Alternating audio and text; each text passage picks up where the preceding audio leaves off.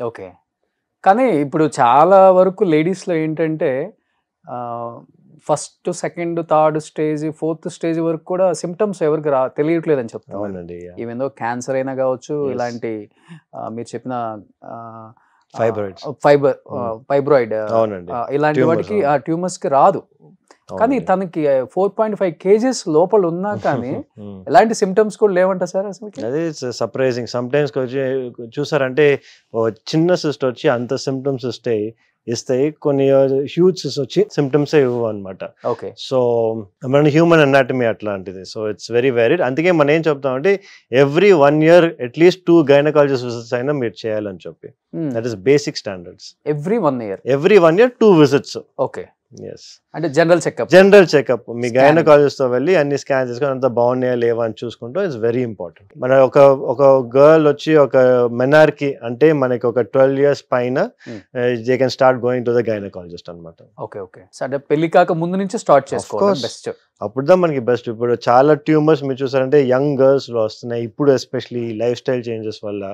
So ఎంత మనకి తెలియాలంటే ఎంత తొందరగా మన గైనకాలజిస్ట్ దగ్గర వెళ్తే, నాట్ ఓన్లీ గైనకాలజీ ఏం డాక్టర్ దగ్గర అయినా కానీ మెయిన్ గా విమెన్ కి మట్టికి చూసారంటే you have to go to gynaecologist for sure 12 years తర్వాత. ఓకే. ఓకే. ఎందుకు సార్ మెయిన్ 12 years ఏజ్ నుంచే ట్యూమర్స్ వచ్చేస్తున్నాయి అంటే లైఫ్ స్టైల్? ఓకే, అన్ని life style and environment factors అండి. ఓకే. ఇప్పుడు ఈ మన బయట వచ్చి మన జంక్ ఫుడ్ కానీ మన ఎయిర్ బ్రీత్ చేసేది కానీ అంతా వచ్చి పొల్యూటెంట్స్, కెమికల్స్ చాలా ఇంక్రీజ్ అయిపోయినాయి కదా. మన యూజ్ చేసే ప్రోడక్ట్స్ కానీ ఎవ్రీథింగ్ హ్యాస్ థాలెట్స్ అంటారు అనమాట.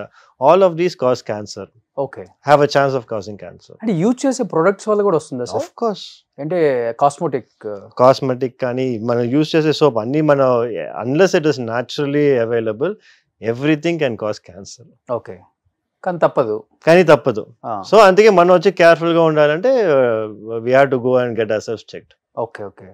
అంటే ఎలాంటి అడ్వైజెస్ ఇస్తుంటారు మీరు యాక్చువల్ గా? అంటే చెప్పాలంటే జనరల్ బాడీ చెకప్ తీస్తాము అండ్ అల్ట్రాసౌండ్ మడికి చేస్తాం చాలు అనమాట. ఓకే. For women. కానీ ఈ ఫైబ్రాయిడ్స్ ఇవన్నీ ట్యూమర్స్ రాకుండా ఎలాంటి ప్రికాషన్స్ తీసుకోవాలో ఐడియాస్ ఇస్తుంటారా? అవి లేవు కదండి. ఎందుకంటే మీరు చూసారంటే almost 50% of women have fibroids. అంటే ఒక వరల్డ్ లో వచ్చి 50% ఆఫ్ విమెన్ అంటే every 1 in 2 women have fibroids.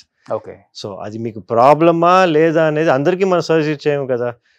Problem ఉంటే సర్జరీ చేస్తాం, ప్రాబ్లం లేదంటే అట్లాగే వదిలేస్తాం. ఓకే. ఇప్పుడు నాన్నగారు కూడా సేమ్ గైనకాలజీ డిపార్ట్మెంట్. నాన్నగారు గైనకాలజీ డిపార్ట్మెంట్, సర్జరీ కాదు కానీ ఇది ఫర్టిలిటీ సైడ్ చూసుకుంటారు అనమాట. ఐవీఎఫ్ కానీ లేకపోతే న్యాచురల్ గా కన్సీవ్ అయ్యడానికి IUI కానీ, సో అట్లాంటి ప్రొసీజర్స్ చూసుకుంటారు నాన్నగారు. మా ఫాదర్. సో 35 years నుంచి 35 years గా ఆయనే ఫస్ట్. ఇన్ఫాక్ట్ మీరు చూసారంటే అపోలో హాస్పిటల్లో ఆ first GIFT baby in the whole of south India అనేది మా ఫాదర్ దా చేసింది. అవునా? అవును. శరత్ గారు. అవును. ఎస్. మంచి గుడ్ నేమ్ ఉంది నాన్నగారికి. నెల్లూరు డిస్ట్రిక్ట్ లో ఫ్రీ ట్రీట్మెంట్స్ ఎక్కువ చేసేవాళ్ళు. మీరు చూసారంటే అపోలోలో మన రీప్రొడక్టివ్ మెడిసిన్ అంటే ఈ IVF డిపార్ట్మెంట్ స్టార్ట్ చేసింది మా ఫాదర్ దా. ఓకే. అపోలోలోనే, main Apollo, Chennai Apollo. Okay. Okay. So ఇప్పటికి నాన్నగారు అపోలోలో ఉన్నారండి? లేదు, నేను 2016లో నేను హాస్పిటల్ ఇండిగో ఉమెన్ సెంటర్ నేను అనంతనగర్లో స్టార్ట్ చేసినప్పుడు నాన్నగారు కూడా అక్కడి నుంచి బయటకు వచ్చేసారు. ఇప్పుడు నాన్నగారు ఇంకా రిటైర్డ్ అవ్వలేదు. డాక్టర్ అంటే లైఫ్ లాంగ్ రిటైర్ అవ్వరండి. ఎస్పెషలీ మా ఫాదర్ వచ్చి he cannot sit at home. Okay. ఒక 10 minutes ఇంట్లో ఉన్నా కూడా he will want to do something else. So he is happy in the hospital. Okay. Okay. And Sobhan Babu గారికి బాగా ఇష్టమైన అల్లుడు. ఓకే. నాన్నగారు ఒక 10,000 సర్జరీస్ చేసి ఉంటారు? No, beyond that. Okay. Well beyond that. నేనే 10,000 అయిపోయింది. ఆయన 50,000 చేశారు. Much more than that. Okay. Great అండి. నిజంగా ఈ ప్రొఫెషన్ అనేది చాలా చాలా కష్టం. డాక్టర్ ప్రొఫెషన్ చాలా కష్టం. ఎస్పెషల్లీ లేడీస్ కి సంబంధించిన ఈ గైనకాలజీ డిపార్ట్మెంట్ ఇంకా చాలా కష్టం. కానీ it gives you lot of satisfaction అండి.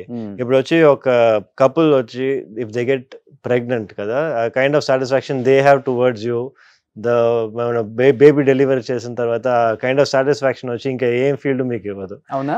డెఫినెట్ గా అసలు దట్ కైండ్ ఆఫ్ ఇదే వచ్చి I would say it's an addiction. Okay.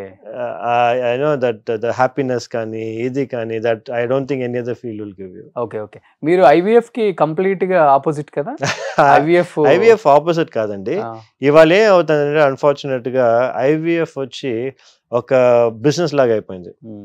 ఇప్పుడు అందరికీ ఐవీఎఫ్ చేయటం ఒకటి, ఐవీఎఫ్ కి వచ్చి మెయిన్ గా మీరు ఎప్పుడు స్టార్ట్ చేశారు అనుకున్నారు? 1980లో స్టార్ట్ చేసినప్పుడు ఒక్క ఇండికేషన్ ఉండింది, అంటే మనకి యూట్రస్ లో ట్యూబ్స్ ఉంటాయి అనమాట. ఆ ట్యూబ్స్ పని చేయలేదంటే అప్పుడు మట్టికే ఐవీఎఫ్ చేస్తారు. ఓకే. అంతే. ఇప్పుడు వచ్చి అన్ని దానికి ఐవీఎఫ్ చేస్తున్నారు. Okay. So that is where I have an issue. నేనేం చెప్తున్నానంటే మీరు న్యాచురల్ గానే కన్సీవ్ అవ్వటానికి మనం ట్రై చేయాలి. ఇన్ఫాక్ట్ ఏదైనా స్మాల్ ఇష్యూస్ ఉన్నాయంటే అవి కరెక్ట్ చేసుకొని మీరు న్యాచురల్ కన్సీవ్ అవ్వండి అని చెప్తున్నారు. వెళ్ళిన తర్వాత ఇమీడియట్ గా ఐవీఎఫ్ అంటే పేషెంట్స్కి వచ్చి ఏంటి, ఇన్ కేస్ వాళ్ళకి ఐవీఎఫ్ చేసిన తర్వాత ఫెయిలియర్ అవుతే మళ్ళీ నెక్స్ట్ ఏంటి, మళ్ళీ ఐవీఎఫ్ కదా చేయాలి, కాస్ట్ ఎక్కువ. మోర్ ఇంపార్టెంట్లీ ఏం చెప్పారంటే ఈ ఐవీఎఫ్ స్పెషలిస్ట్, ఐవీఎఫ్కి వచ్చి 30% మీకు రిజల్ట్ పాజిటివ్ వచ్చే రిజల్ట్. అందరూ 90-100 అంటారు కానీ అది that's not at all right. 30 to 35% is IVF success rate. ఇప్పుడు అది సక్సెస్ అవ్వలేదంటే ఏంటి, మళ్ళీ ఐవీఎఫ్ కదా. సో అది ఒక లూప్ లాగా అయిపోతుంది. సో నేనేం చెప్తున్నాను, ఫస్ట్ మీరు న్యాచురల్ గా ట్రై చేయండి, అవ్వలేదంటే ఒక 6-7 months లో దాని తర్వాత మీరు ఐవీఎఫ్ వెళ్తే ఇట్స్ బెటర్ ఐడియా. ఓకే. నాకు తెలిసి చెన్నైలో డాక్టర్స్ అందరూ మీకు ఫుల్ కంప్లీట్లీ అగైన్స్, చెన్నై బట్టే కాదు ఆల్ ఓవర్ ఇండియా బిజినెస్ ని తగ్గిస్తున్నారు. ఇప్పుడు చెన్నైలో చూసారంటే ఎవ్రీ స్ట్రీట్ లో వచ్చి ఒక అట్లీస్ట్ ఒక 4 to 5 ఐవీఎఫ్ సెంటర్స్ ఉంటాయండి మీకు minimum. Okay. So the reason ఎందుకు ఇన్ని వస్తున్నాయంటే దీని వల్ల it's become a business unfortunately. Gynaecologist కూడా ఏం చేస్తున్నారు, ఇమ్మీడియట్ గా వాళ్ళు వచ్చి స్టడీస్ అయిపోయిన తర్వాత ఐవీఎఫ్ ట్రైనింగ్ ప్రోగ్రామ్ వెళ్తున్నారు, అట్లాగే ఐవీఎఫ్ సెంటర్ లో పోయి కూర్చుంటున్నారు. They are not training for other things. ఇప్పుడు నేను చెప్పినట్టు ఆ లాప్రోస్కోపీ కానీ ఈ సర్జికల్ కానీ అదంతా అసలు ఎవరు ఇప్పుడు చేయట్లేదు. ఎందుకంటే ఇది వచ్చి it's of course more money and everyone is going to that. Okay. Okay. ఇప్పుడు బేబీ మేకర్ అది కూడా అంటారు.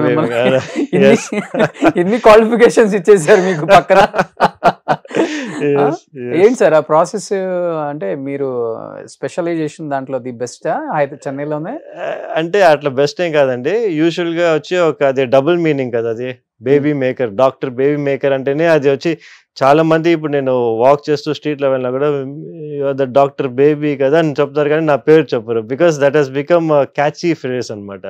స్టార్టింగ్ లో వచ్చి చాలా మంది ఏంటి బా ఈ పేరు అనేది దే వెరీ అంటే స్కెప్టికల్ గా ఉన్నారు, ఈ డబుల్ మీనింగ్ ఉంది, ఆ పేరు బాగాలేదే అని చెప్పి.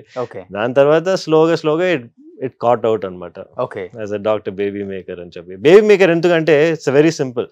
చూసారంటే మన ల్యాబ్స్ లో వచ్చి స్పర్మ్ కానీ ఎగ్ కానీ సెపరేట్ గా తీసి మైక్రోస్కోప్ కింద ఫర్టిలైజ్ చేసి బేబీ వచ్చి మన టెస్ట్ ట్యూబ్ లో ఫార్మ్ చేసి దాని తర్వాత అది లోపల యూట్రస్ లో పెట్టేది, దాని పేరు ఐవీఎఫ్ అనేది ప్రాసెస్. ఐవీఎఫ్ ఆర్ ఇక్సీ అంటారు అనమాట, ICSI.